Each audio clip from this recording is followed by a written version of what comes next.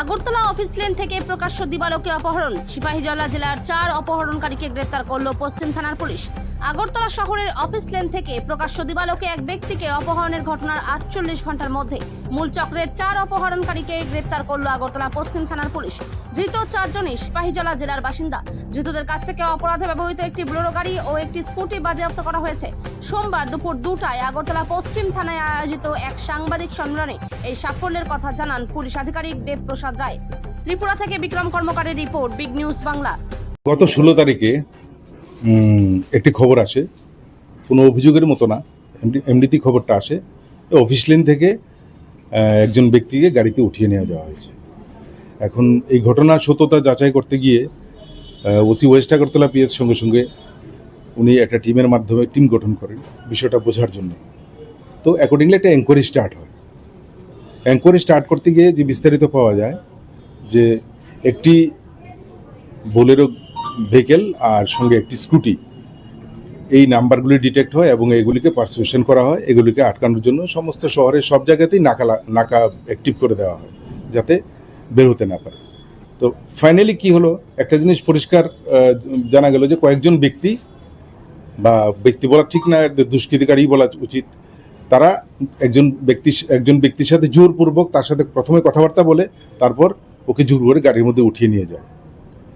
তো পুলিশের বিভিন্ন জায়গায় তল্লাশি এবং ওসি ওয়েস্ট আগরতলা পিএস এবং তার টিমও সমস্ত জায়গাগুলিতে নাকা ব্যবস্থা শক্ত করার ফলে ফাইনালি দেখা গেল যে ওই লোকটাকে ওরা ছেড়ে দিয়ে ওরা পালিয়ে গেছে। ওদের সমস্ত তথ্য একসাথে তথ্য পাওয়ার ভিত্তিতে এতটুকু বোঝা যায় যে 3-4 জন থেকে হয়তো একটু বেশি হতে হয়, 5-6 জনও হতে পারে। তো তারা এই লোকটিকে জোরপূর্বক কিডন্যাপ করেছিল এবং ফাইনালি ওকে ছেড়েও দিয়েছে। তো ওই গ্রুপের 3 জনকে অ্যারেস্ট করা, টোটাল 4 জনকে অ্যারেস্ট করা হয়েছে ওই গ্রুপের, যাদেরকে আজকে কোর্টে পাঠানো হবে রিমান্ডের প্রয়াস সহ। তো সবচেয়ে যেটা উল্লেখযোগ্য বিষয় সেটা হচ্ছে এই ঘটনাটাতে আমরা পুলিশ কিন্তু কোনো অভিযোগের অপেক্ষা না করেই নিজে থেকেই আমরা সুমোটো একটি মামলা নিয়ে সমস্ত ঘটনার একটা পুনরুদ্ধারের চেষ্টা করছি।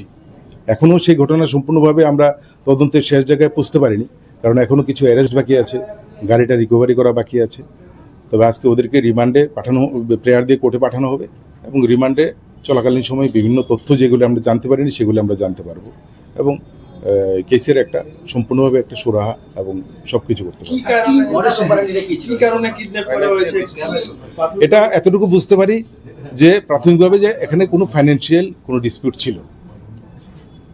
তাদের মধ্যে কি আগে কোনো এগুলি তদন্ত সাপেক্ষ ব্যাপার, এগুলি আমরা এখন বার করতে পারবো।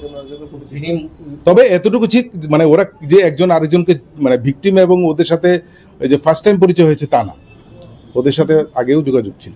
ভিকটিম এবং যারা আক্রমণ করে সবাই কি বিশাল করে বাড়ির এটা সিপাহীজলা এলাকার লোকও আছে, সিপাহীজলা ডিস্ট্রিক্টের লোক বলবো আমি, কোন পার্টিকুলার কোনো জায়গা বলবো না, এই আর কি।